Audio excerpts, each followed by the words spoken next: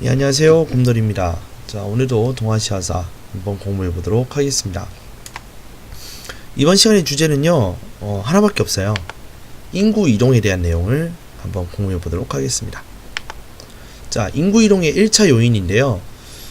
인구가 이동하는 데 있어서 이유가 있겠죠. 그게 1차적인 이유가 있는 거예요. 자, 이렇게 두 가지가 이 1차적 요인에 해당하는데요.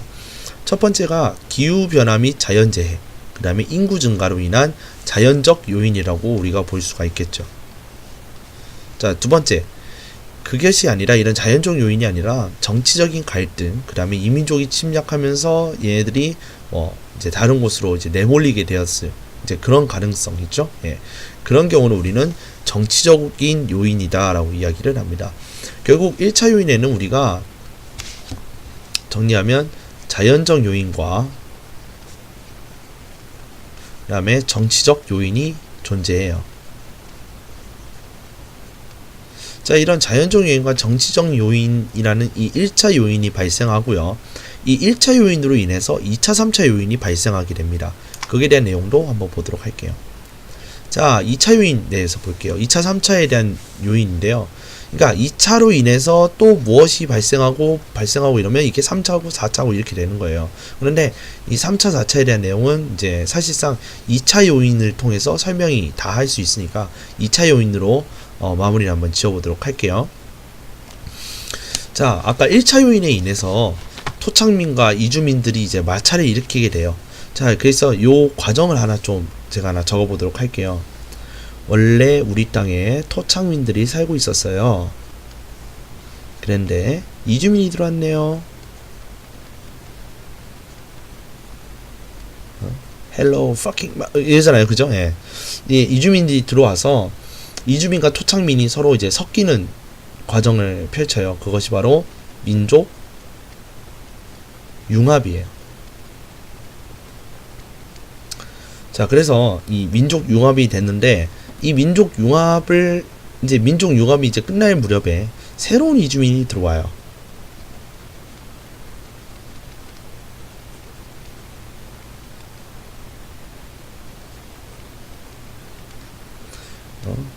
헬로우, 이제 백인 헬로우 이러겠지, 그지?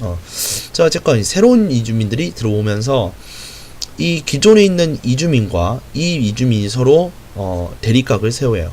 즉 뭐냐면 이주민 간 마찰이 벌어져요. 그래서 이 새로운 이주민이 졌든지 아니면 기존에 민족 융합을 했던 이주민이 졌든지 그렇게 하면은 이런 나머지 이 둘 중에 한 명이 진 사람들이 어떻게 되겠어요? 떠나야 되겠지. 그래서 그런 사람들이 새로운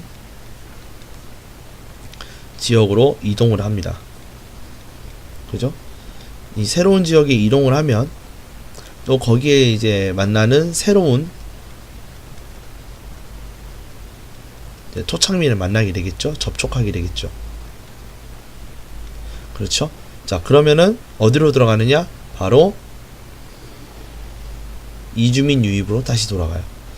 자, 그러니까 새로운 토착민과 접촉을 해서 이제 이주민이 유입되고 또 그들과 섞이다가 새로운 이주민이 들어오면서 마찰을 하고 그래서 새로운 지역으로 이동하고 이제 요것이 계속 반복하는 거예요. 두 번째, 이주민과 이주민이 마찰이에요. 그러니까 내가 먼저 들어와 있는데 근데 내가 약하다. 그러면은 새로 들어온 이주민은 쫓겨나기 마련이죠. 그렇게 해서 2차, 3차 연쇄 이동을 하면서 인구들이 이제 남쪽으로 주로 남쪽이나 또는 동쪽으로 이제 이동을 하게 되는 것이죠. 자, 그래서 이런 사람들은 이렇게 이제 새롭게 이동하여서 정착하는 사람들은 새로운 정권과 국가를 만들게 되는 것이죠. 그럼 어떠한 예시들인지 한번 보도록 할게요. 자, 대체적으로 이 인구 이동의 방향은 북에서 남으로 내려가는, 즉 남하하는 형태이고요. 간혹가다가 어떤 나라는 이제 동쪽으로 이동하는 경우도 있어요. 그리고 특징이 또 무엇이냐면 유목민과 농경민이 모두 근거지를 떠나서 새로운 지역에 정착한다라는 것도 하나의 또 특징이 되겠고요. 자, 이러한 예시로 부여의 주몽 집단, 그러니까 원래 부여 사람들이었는데 여기서 주몽 집단이 떨어져 나가면서 이 사람들이 고구려로 들어가잖아요. 그래서 어디로 제일 먼저 들어갑니까? 졸본 지역에서 나라를 먼저 세우죠. 뭐 다물국 이런 것들을 세우잖아요. 그죠? 이렇게 고구려를 이제 건국을 하고 이 고구려가 이제 자리를 어느 정도 잡을 때쯤에 이 비료와 온조 집단이 또 고구려에서 이탈을 해서 백제를 만들게 되죠. 그죠?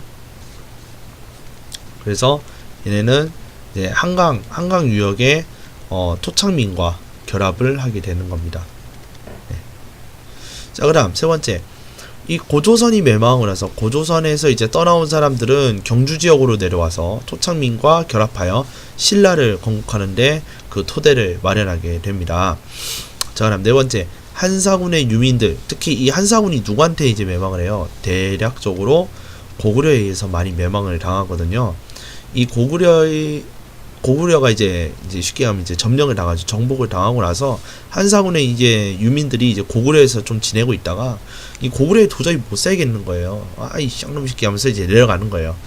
결국 또 내려가서 백제와 가야로 이제 들어가면서 이 두 나라를 발전시키는데 그 역할을 다 하더라. 이제 이렇게 우리가 이해를 해주시면 되겠습니다. 첫 번째와 두 번째 내용은 여러분들이 이해하기 정말 쉬워요. 그런데 세 번째와 네 번째는 여러분들이 이해하기 조금 어려워 하시더라고요. 참고로 이 고조선 준왕이 이제 내쫓기면서 이 사람이 또 내려가서 나라를 세우는 게 그렇게 진나라거든요. 그러다가 이 진나라가 사만으로 나누어지고 이 경주 지역에 있었던 사로국, 즉 신라가 되겠죠. 이 신라를 건국하는 데 있어서 고조선의 유민들도 내려와 이것들을 이제 신라를 건국하는 데 있어서 토대를 마련하게 되는 것이고요. 한사군 같은 경우에는 한사군이 정복되면서 거기에 살고 있던 사람들이 이제 고구려에 일단 들어가서 지내고 있다가 이 고구려와의 이 갈등에 못 이겨서 남쪽으로 내려가게 돼요. 그러면서 이제 백제와 가야로 이제 백제와 가야로 이제 내려가면서 거기서 이 나라들이 발전을 하는데 그 역할들을 다 하더라. 이제 이렇게 여러분들이 이해해 주시면 되겠어요. 자, 이제 중국의 이동에 대해서 볼게요. 자, 시대는 지나가서 5호 16국 시대로 이제 우리가 넘어가게 되는데요.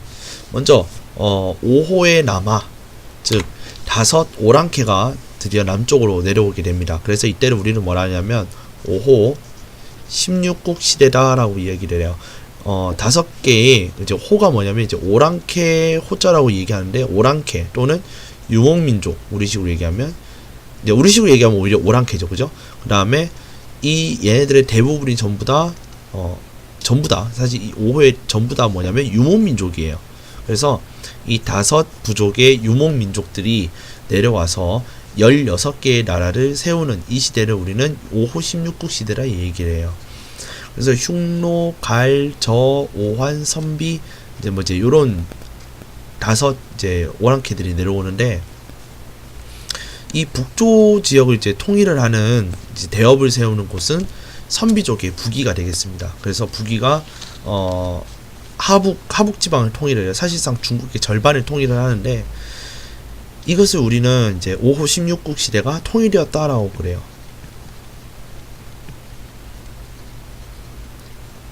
그러면서 북조를 이루게 되는 것이죠. 이제 북방에 있는 왕조 하나가 있는 거고요. 자, 그로 인해서 이제 한족들이 강남 지역으로 이동하기 시작합니다. 여기서 말하는 강은 양자강이 되겠고요. 이 양자강이 이제 대량으로 이제 발전하기 시작하는 이제 그 시기도 이 시기라고 볼 수가 있겠습니다. 그래서 이 강남 지역으로 내려와서 무엇을 만드냐면 바로 동진을 건국해요. 그래서 도읍을 난징으로 정해요. 지금의 남경입니다. 남경 지역으로 내려가서 동진이라는 나라를 건국하게 됩니다. 자, 이렇게 선비족의 북조와 그 다음에 한조의 남조가 서로 대립을 하는 구도다 해서 우리는 남북조라고도 이야기를 해요. 남북조 시대. 그러니까 앞에 뭐예요? 위, 진 끝나고 나서 남북조 시대. 예, 요 남북조 시대라고 우리가 이야기를 하는 것이죠. 자, 그 다음에 이제 일본으로의 이동에 대해서 한번 보도록 할게요. 자, 첫 번째, 한반도의 삼국시대와 남북조 시기 당시에 그 쉽게 하면 이제 이탈하는 사람들이 있을 거 아니에요. 쉽게 얘기하면 뭐 이제 삼국시대가 고구려, 백제, 신라가 딱 형성되는 이 시기에 이제 무엇이 이제 떠밀려 내려가냐면 가야가 멸망을 하면서 가야 사람들이 대거 이제 도레인이 되어서 도망가게 되는 것이죠. 그러니까 일본으로 이주하게 돼요, 사실상. 그리고 남북조 시기 할 때 또 이제 밀려나가는 한족인들도 있을 거 아니에요, 그죠? 이런 사람들도 다 이제 도리인이 되어서 일본으로 도망가게 되는 것이죠. 그래서 이것이 3세기 후반부터 7세기쯤 되는 이 시기라고 우리가 보고 있습니다. 자, 그럼 도레인에 대해서 볼게요. 도레인은 야마토 정권 성립과 발전에 기여한 사람들이 바로 도레인이 됩니다. 즉, 밖에서 온 사람들이 이 기존에 있던 그 일본의 그런 문화보다 훨씬 더 우월한 문화를 가지고 들어오면서 일본을 사실상 발전을 시켰다라고 볼 수가 있겠는데요. 그러면서 야마토 정권이 성립하게 되고, 그 다음에 그 야마토 정권을 발전하는 데 있어서 도레인의 역할이 크다.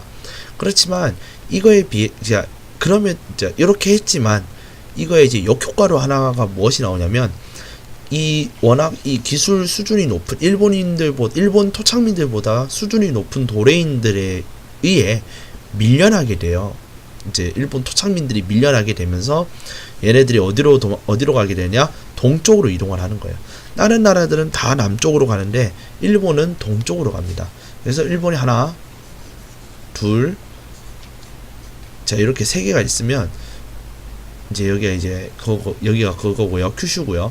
자, 이런 식으로 시작했던 야마토가 이렇게 동쪽으로 이동을 하게 되는 거예요. 아시겠죠? 동쪽으로 갔다가 이제 이렇게도 이동하고 그래요. 어쨌건 일본은 서쪽으로 해서 동으로 이렇게 인구가 이동하는 구조를 띠고 있다. 이렇게 우리가 정리를 할 수가 있겠네요. 자, 오늘 내용은 여기까지고요. 구독과 좋아요는 곰돌이에게 큰 힘이 됩니다. 지금까지 곰돌이였습니다. 감사합니다.